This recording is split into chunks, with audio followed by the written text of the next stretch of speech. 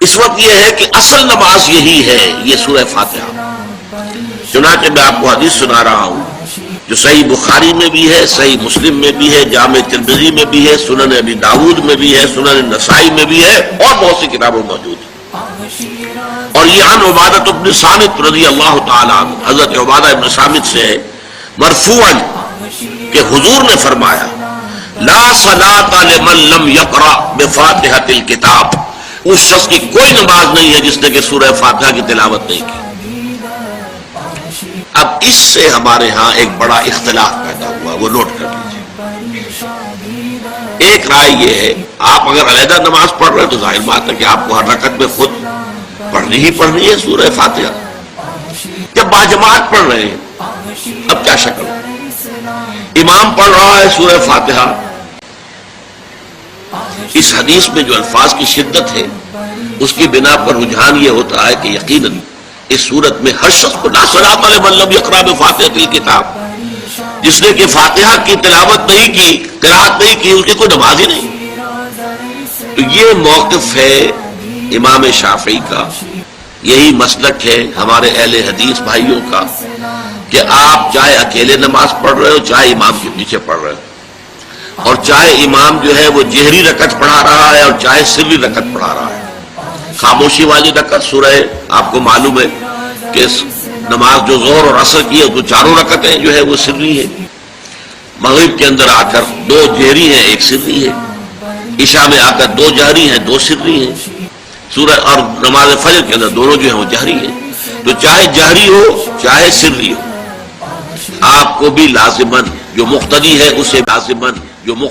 اسے بھی سورہ فاتحہ پڑھنی ہوگی۔ اب اس کے لیے انہوں نے یہ طریقہ جو ہے تلقین کیا ہے کہ امام تیزی سے نہ پڑھے، رک رک کر پڑھے الحمدللہ رب العالمین، اس کے بعد اتنا وقفہ دے دے کہ جو مقتدی ہے وہ بھی کہہ لے اپنے دل میں یا اب پڑھ لے الحمدللہ رب العالمین الرحمن الرحیم۔ تو یہ رک رک کر پڑھنا، خاص طور پر اگر آپ کو موقع ہوا ہو کسی اہل حدیث امام کی امامت میں نماز ادا کرنے کا، تو آپ دیکھیں گے کہ بڑا فرق ہے۔ ہمارے جو حنفی امام الحمدللہ رب العالمین الرحمن الرحیم مالک یوم الدین ایاک نعبد و ایاک نستعین، 4 آیتیں جو ہیں وہ بھی ایک ساتھ میں پڑھ جائیں گے۔ لیکن یہ کہ عام طور پر جو اہل حدیث حضرات ہیں وہ رک رک کر ٹھہر ٹھہر کر پڑھتے ہیں، ترتیل کے انداز میں پڑھتے ہیں۔ یا پھر دوسری شکل انہوں نے ایک اور کی ہے، یہ آپ سعودی عرب میں جب کبھی نماز پڑھیں گے اور آپ پڑھی ہو آپ نے، تو وہاں آپ دیکھیں گے کہ امام جو ہے وہ سورہ فاتحہ پڑھنے کے بعد کوئی 1 منٹ جو ہے وہ سورہ فاتحہ پڑھنے کے بعد کوئی 1 منٹ جو ہے خاموش رہتا ہے، تاکہ آپ اب جو مقتدی ہیں وہ اس وقفے میں وہ اب سورہ فاتحہ پڑھ لیں، پھر وہ قرات کرے گا، کوئی اور آیات اس نے شامل کرنی ہے تو بعد میں شروع کرے گا، درمیان میں وقفہ ہوگا۔ لیکن ایک مسلک یہ ہے، اور یہ مسلک جو ہے یہ در حقیقت قرآن مجید کی ایک آیت کے اوپر مبنی ہے۔ سورہ اعراف کے آخر میں فرمایا گیا وَإِذَا قُرِئَ الْقُرْآنُ فَاسْتَمِعُوا لَهُ وَأَنصِتُوا،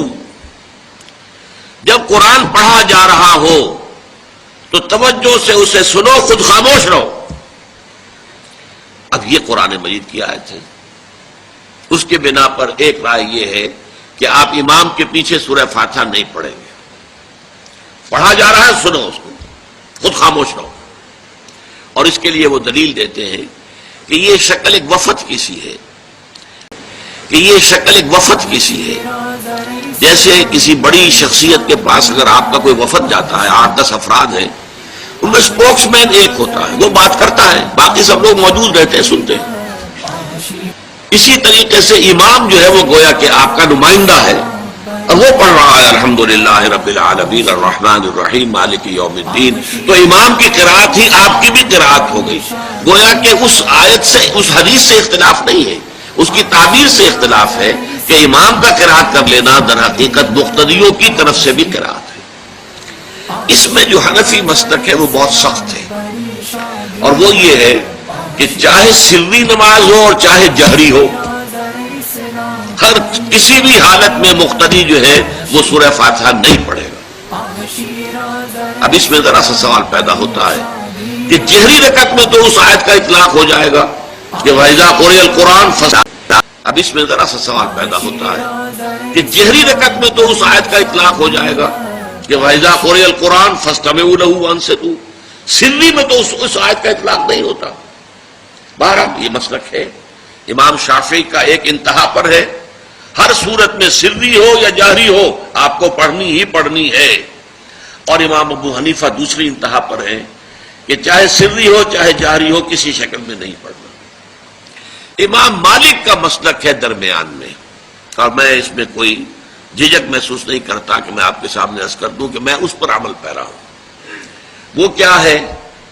جہری نماز میں خاموش رہو اور سنو، اس آیت کا اطلاق ہو جائے گا جب بلند آواز سے پڑھ رہا ہے امام تو پوری توجہ، فاستمعوا لہ، اپنی پوری توجہ کو اس کے سننے کے اوپر مرکوز کر دو اور خود خاموش رہو۔ سری رکعت میں البتہ جبکہ وہ بھی خاموشی سے پڑھ رہا ہے آپ بھی خاموشی سے پڑھ رہے ہیں، جبکہ وہ بھی خاموشی سے پڑھ رہا ہے آپ بھی خاموشی سے پڑھ رہے ہیں۔ بہرحال ان چیزوں میں میں نے یہ سب کوئی بیان کیا ہے تو اس سے جو میرا مقصود ہے وہ یہ ہے کہ معلوم ہو جائے کہ اس میں کوئی بڑی بنیادی بات نہیں ہے، نہ یہ کہ جو حنفی ہیں وہ اس حدیث کا انکار کرتے ہوں کہ لا صلاۃ لمن لم یقرأ بفاتحۃ الکتاب، کیسے وہ انکار کریں گے؟ اور نہ ہی کوئی جو حنبلی ہے یا اہل حدیث ہے وہ قرآن کی اس آیت کا اختلاف سے جو ہے وہ اختلاف کر سکتا ہے کہ اذا قرئ القرآن فاستمعوا لہ وانصتوا، لیکن یہ کہ اس کے پھر اس سے جو احکام کا استنباط ہے اس میں اختلاف ہو جاتا ہے، تو اس کو نہیں سمجھنا چاہیے کہ یہ کوئی بہت بڑی اہمیت والی بات ہے۔